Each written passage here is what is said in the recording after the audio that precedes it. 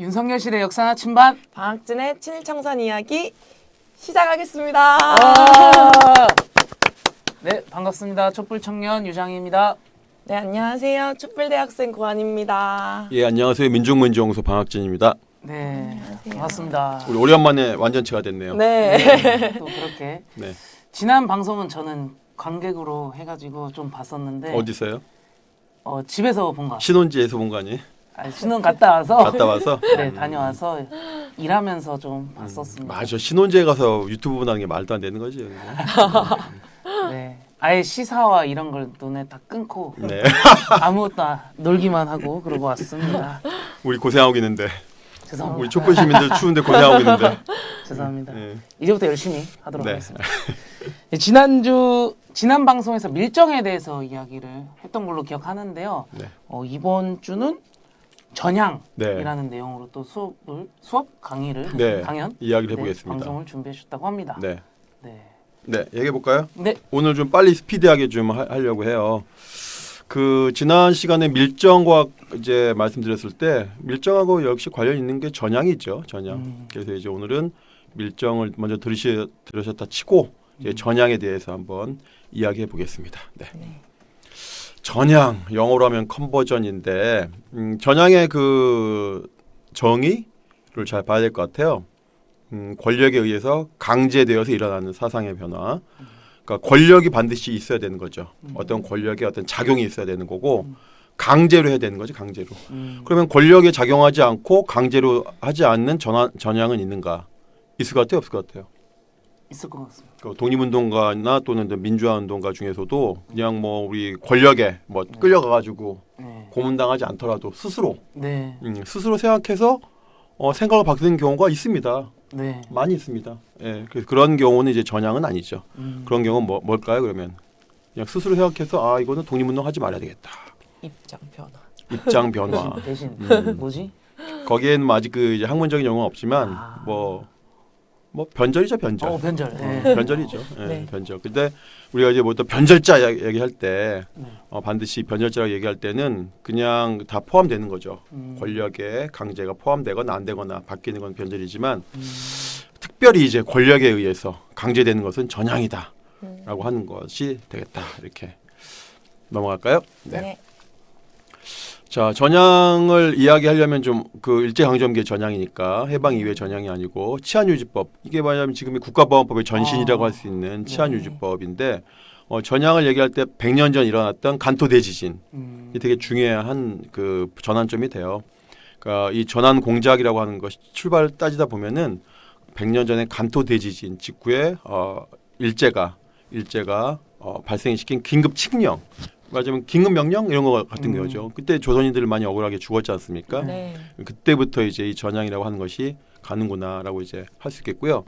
1925년에 치안유지법이 만들어졌는데 정확히 말하면 치안유지법은 그냥 통틀어서 말하면 그냥 독립운동가를 탄압하기 위한 법이라고 얘기할 수 있지만 좀 더 구체적으로 이야기하면 1조에 보면 뭡니까? 빨간색으로 제가 칠해놨는데 국채의 변혁, 일제강점기 천황제라고 하는 천황제라고 하는 국채를 바꾸겠다. 또는 뭐예요?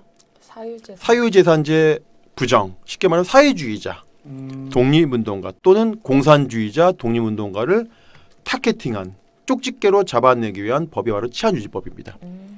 그 전에 우리가 3.1운동 했지 않습니까? 1919년에. 네, 3.1운동 때는 치안유지법 없으니까 만세불분들은 뭘로 잡아갔냐면 보안법으로 잡았거든요. 보안법인데 보안법으로도 안 잡히는 새로운 유형의 독립운동가들이 생겼다. 바로 천황제를 반대하면서도 사회주의제를 거부하는 이런 요즘 뭐라 말하면 이제 저쪽으로 주장하면 빨갱이들이 사회주의자들이 생겨났다라는 거죠. 왜냐하면 이 시기가 뭐냐면 1925년 조선에 조선 공산당이 생기는 그 해예요. 그러니까 1921년. 그러니까 뭐 1917년으로 넘어가면 일단은 1917년에 러시아 혁명에 의해서 이제 사회주의가 이제 현실적으로 운동이 되지 않습니까? 그러면서 21년에 중국 공산당, 그 다음에 일본 공산당, 그 다음에 25년에 조선 공산당. 그러니까 이 1921년부터 25년 사이에 중국, 일본, 조선에 공식적으로 공산당이 생기는 거죠. 이거에 되게 긴장을 했던 거죠. 일제는. 그래서 이 강력하게 뿌리로부터 올라오고 있는 이 사회주의 독립운동가들, 그다음에 공산주의 독립운동가들 잡기 위한 타겟팅으로서 바로 치안유지법을 만들었다라고 이제 말할 수 있겠습니다. 근데 이 치안유지법은 조선에 있는 독립운동가만이 아니라 일본에서 활동하고 있는 사회주의자들도 네. 역시 타겟팅이 되는 거죠. 우선은 먼저는 이제 일본에 있는 사회주의자고 일본인, 그다음에 이제 조선에 있는 사회주의자 이렇게 되는 거죠 이제. 자, 그러면 여기서 보면 영상이 나올 수 있는데 국채라고 했잖아요. 국채. 네. 네. 이 국채라는 말을 잘 안 쓰거든요. 네. 보통 이제 국가의 정체성 이렇게 하는데 국채라는 말을 윤석열 대통령이 썼어요. 윤석열 대통령이. 한번 볼까요? 영상을 한번. 네네. 네. 윤석열 대통령은 오늘 수석 비서관 회의에서 자유민주주의 국채를 흔들고 파괴하려는 반국가 행위에 대해 정치 진영에 관계없이 모든 국민과 함께 단호하게 대응해야 한다고 말했습니다. 최근 무소속 윤미향 의원이 친북단체인 조총련 주최 행사에 참석한 것을 염두에 둔 발언으로 해석됩니다. 대통령실 관계자는 이 언급과 관련해 국민의 세금을 받는 국회의원이 남조선 괴뢰도당이라는 말을 들으며 앉아있는 행태를 국민이 어떻게 이해하겠는가라고 반문했습니다. 또 조총련은 대법원이 국가보안법상 반국가단체라고 확정 판결을 내린 바 있다고 말했습니다. 네. 보통 국채라는 말을 이렇게 바로 일제강점기에 조선인 독립운동가를 탄압하기 위해서 치안유지법 제1조에 명시되어 있는 건데 이걸 바로 지금 100년 후에 대한민국 대통령이 공식 행사장에서 국채를 흔들면 안 된다라는 말을 운운하고 있습니다. 이게 바로 지금 윤석열 정권의 정체입니다. 내적 심리 상태, 네. 내적 멘탈리티라고 할 수 있죠. 이거를 이제 사상범이라고 표현을 해요. 사상범. 네. 근데 어떻게 사상이라는 것과 범죄라고 하는 것이 융합될 수 있을까? 참 특이한 경우죠. 사상은 좋은 거잖아요. 그렇죠. 그렇죠. 사상은 좋은 건데 그게 범죄가 된다라는 거거든요. 그러니까 보통 우리가 일반적으로 저는 이제 법대를 입학은 했긴 했지만 우리가 범죄라고 할 때 머릿속에 있는 건 죄 주지 않거든요.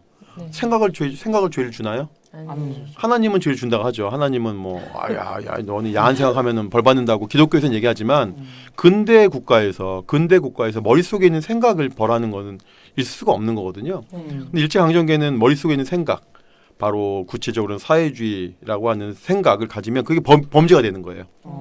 그래가지고 사상범이라고 하는 말이 탄생이 되는 거죠. 사상범. 사상이 범죄가 되는 거예요. 머릿속에만 생각만 해도 범죄가 되는 거예요. 원래 범죄는 몸으로 행동으로 나타나서 구체적으로 남에게 가격을 했을 때 범죄인데 사상범이라는 것이 이때부터 생기는 겁니다. 그게 지금 국가보안법이 잘못된 게 바로 그런 점이에요. 네. 예. 자, 이제 전향이라고 했을 때 가장 중요한 게 그 일본의 대량 전향 시대라는 게 있습니다. 일본의 대량 전향 시대. 1929년이면은 뭐가냐면 이제 세계 대공황. 세계 대공황이 있는 거예요.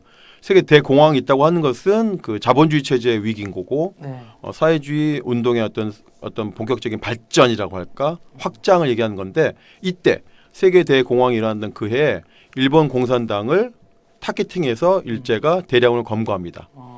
그다음에 1년, 2년 후에 바로 만주사변. 만주사변이 이제 만주에 쳐들어가는 거잖아요. 이제 네. 본격적으로. 이게 다 대공황을 면피하기 위한 거거든요. 보통 이제 국내에서 인기 없으면은 다른 나라 가서 전쟁한다고 하지 않습니까? 네. 일제가 그 만주사변을 일으킨 이유가 바로 그런 거예요. 그런 명분으로 이제 전향 공작이 이제 시작이 되는 건데 처음부터 치안유지법 만들면서 전향 공작을 해야 되겠다고 하는 어떤 스킬과 이런 테크닉이 있었던 건 아닌데 하다 보니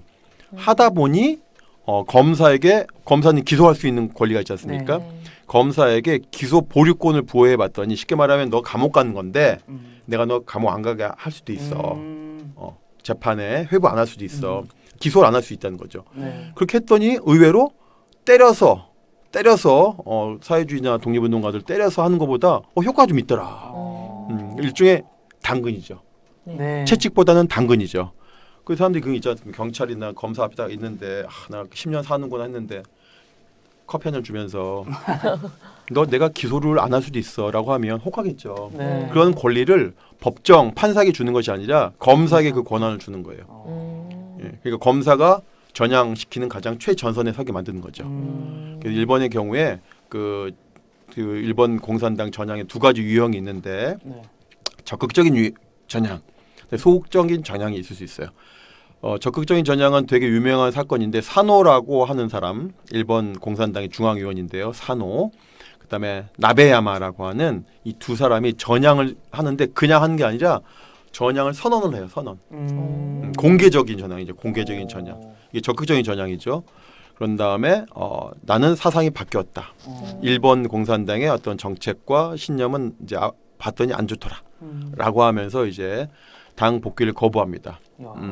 이게 쉽게 말하면은 적극적인 전향이죠. 네. 근데 이런 전향이 어떤 효과를 가져오냐면은 전향자가 비전향자가 그 사노라든지 나베야마의 전향을 볼 때는 어떤 마음이겠어요? 화나죠. 분노, 네. 증오, 네. 경멸을 느끼는 거죠. 야, 나랑 같이 한번 평생 운동하자고 한 놈이 말이야. 공개적으로 전향을 해. 야. 그러면서 분노와 증오와 경멸을 하게 되죠. 거꾸로 사노나 나베야만 전향했지 않습니까? 네. 그 사람들은 아직 전향하지 않고 계속 일본 공산당에 활동하는 사람들 뭐라고 했어요? 비난하죠. 너는 아직 세상 물정을 역시 모르는구나. 너는 역시 여전히 아직도 소아병적이야. 너는 세상 물정을 몰라. 이렇게 서로 비난하게 되는 거죠. 결국 이 전향이라고 하는 것이 한 명의 전향으로 끝나는 것이 아니라 인간관계의 파괴라든지 조직의 그 어떤 균열을 가져오는 거죠. 네.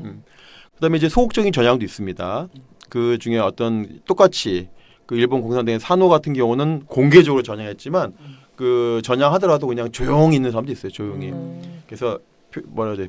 나는 산송장으로만 산다. 더 이상 운동은 하지 않는다. 그렇지만 당의 결정은 옳다.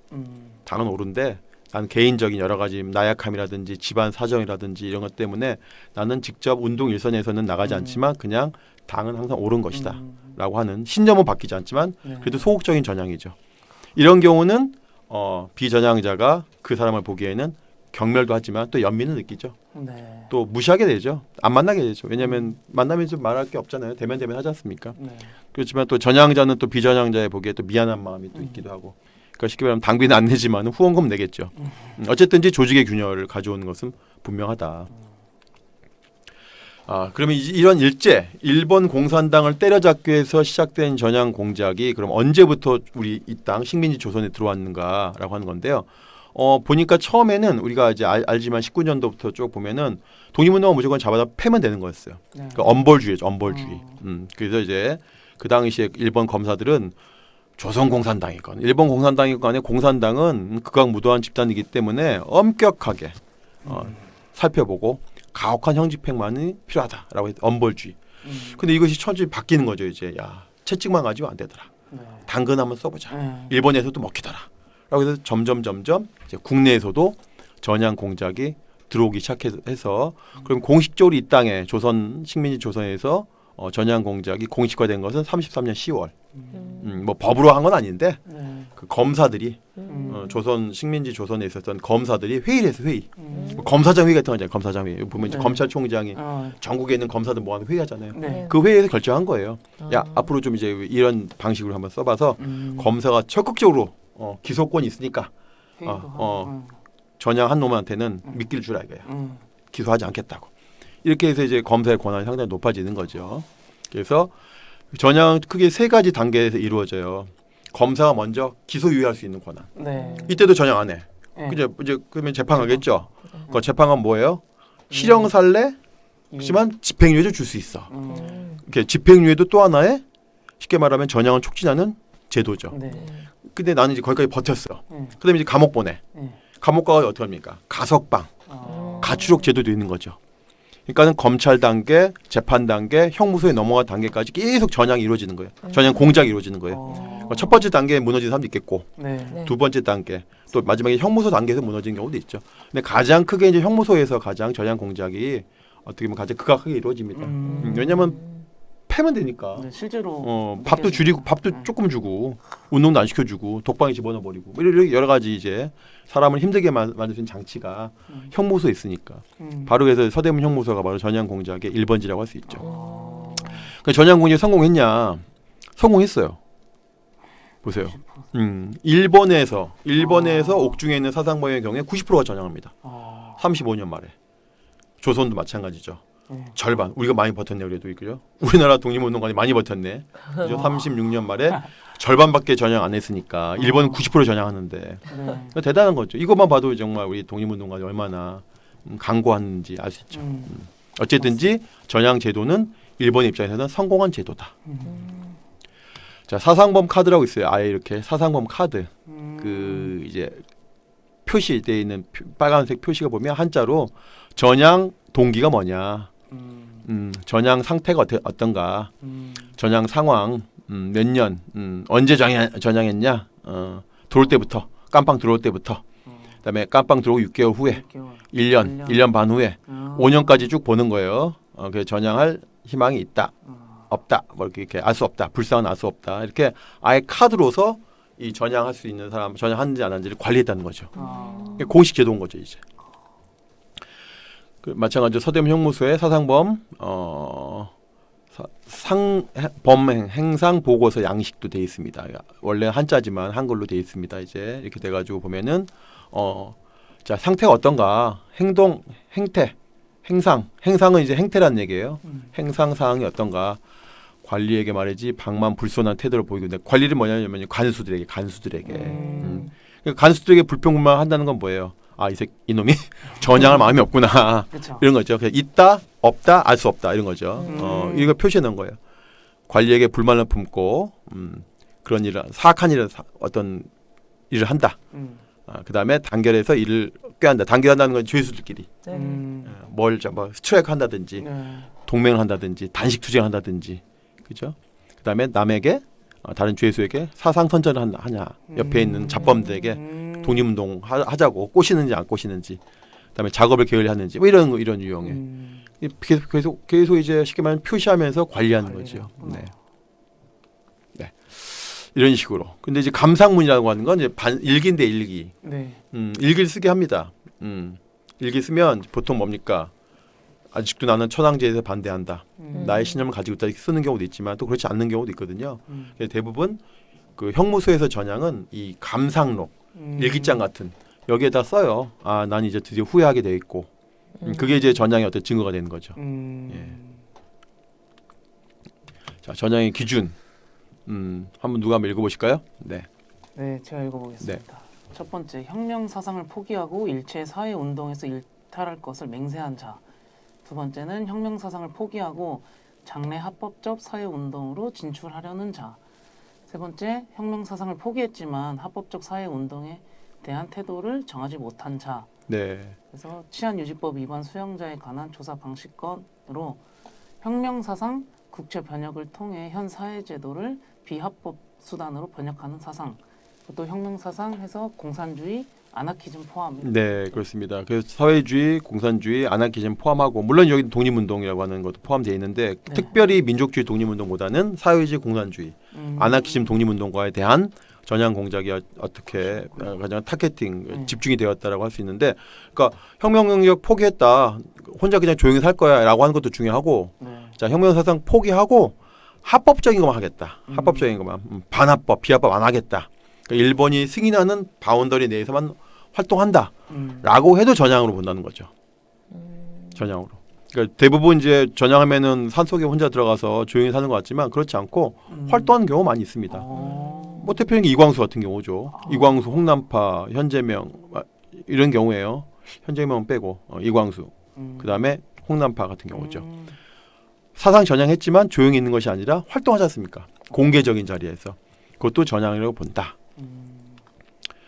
자, 이제 34년 7월 말일 현재 그 수용자, 감옥에 있는 사람들, 사상범으로 감옥에 있는 사람들이 사상 전향하는 경우에 그 이유가 뭘까? 어떤 동기로 사상을 전향을 했는가라고 하는 이제 자료인데요. 빨간색이 이제 제일 많죠.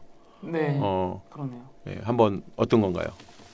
맨 위에부터 읽어보면 근친의 기타 가정 관계. 근친이라고 하는 것은 그 가정 삶, 이제 나의 처자식, 나의 엄마 아빠 이런 이제 친척들과의 그 사랑이 너무 깊어가지고 내가 이제 더 이상 혁명운동 하지 않겠다라는 거예요. 그다음에 두 번째 보죠. 훈육 교회 결과. 훈육은 이제 훈육하고 교육한다는 거고, 교회는 처치, 뭐 목사님 있는 교회가 아니고 교육하고 회개시킨다는 거. 회개. 교육하고 회개시킨다를 교회라고 합니다. 그래서 그 당시에 그 서대문 형무소에는 교회사가 있어요. 교회사. 전도사 같은 거예요. 교육시키고 회유시키는 사람이 교회사라고 했어요. 아예 전향 공작 담당하는 담당 공무원이죠. 훈육하고 잘 타일렀더니 말 들었다. 세 번째는 구금에 의한 후회와 갱생. 예, 쉽게 말하면 이제 열심히 이제 쉽게 말하면 이제 간수들이 갈구고 독방 보내고 밥 조금 주고 하니까 고통스럽잖아요. 형무소 생활은 고통스러워서 하는 거예요. 세 번째는. 근데 사실 다 결과적으로 다 똑같죠. 다 똑같은 거죠. 다 형무소에서는 다 고통스럽죠. 그렇지만 신체적인 고통, 구금에 의한 후회 갱생은 신체적인 고통이 강해지는 경우일 거고, 그다음에 그렇기 때문에 또 눈앞에 아른아른 거리고 부모님들이나 처자식이 그런 경우 대부분이 그렇다는 거죠. 이제 그렇죠. 그래서 본인 스스로가 주의 이론을 청산하는 경우는 아니라는 거죠. 다 형무소 단계에서 외부의 권력에 의한 강제적인 압력이 들어가기 때문에 전향하게 된다라는 걸 알 수 있죠. 네. 전향 강화를 위한 제도 마련. 근데 이 전향 제도가 제가 검사들 모여서 회의만 했다고 했지 않습니까? 네. 근데 그것만 해도 불안하니까 이제 아예 제도로 만든 제도로. 명문화식 명문화. 그래서 36년에 조선 사상범 보호 관찰령. 이게 아주 중요한 건데 그냥 감옥에서 전향한 걸로 네. 못 믿겠다. 감옥 나오면 또 독립문화할지 모른다. 감시를 해야 된다. 끝까지 감시해야 된다. 이런 거예요. 그래서 보호 관찰이라는 이름으로 보호해서 관찰하는 거지. 네. 감옥 나가도 보호해서 관찰해야 되는데 그냥 집에 보내서 관찰하는 게 아니고 네. 별도의 보호소를 마련해요. 그 보호소에 집어넣어. 그러니까 감옥을 나와서 집에 가는 게 아니라 감옥 나와도 약간 아리까리해. 제가 전향했는지 아닌지 가짜로 전향할 수도 네, 있잖아요. 그죠? 그렇죠. 위장 전향. 네. 그러니까 어디에 감옥에 나오자마자 보호소로 보내버려요. 그래서 2년 동안 관찰했다 이거. 2년 동안. 연장 가능해. 그러니까 계속 감옥살이에요. 감옥살이. 말이 석방이지 계속 감옥살이 하는 거예요. 그래서 저 조선 사상범 보호 관찰령의 악법이죠. 네. 그러니까 그래서 경성과 그 대구 등 7군데 보호 관찰소가 있는데 보호 관찰소가 그러면 어디 있냐? 무슨 뭐 서대문 형무소 밖에 그게 아니라 서대문 형무소 안에 있어요. 서대문 형무소 담벼락 안에 보호 관찰소가 있어.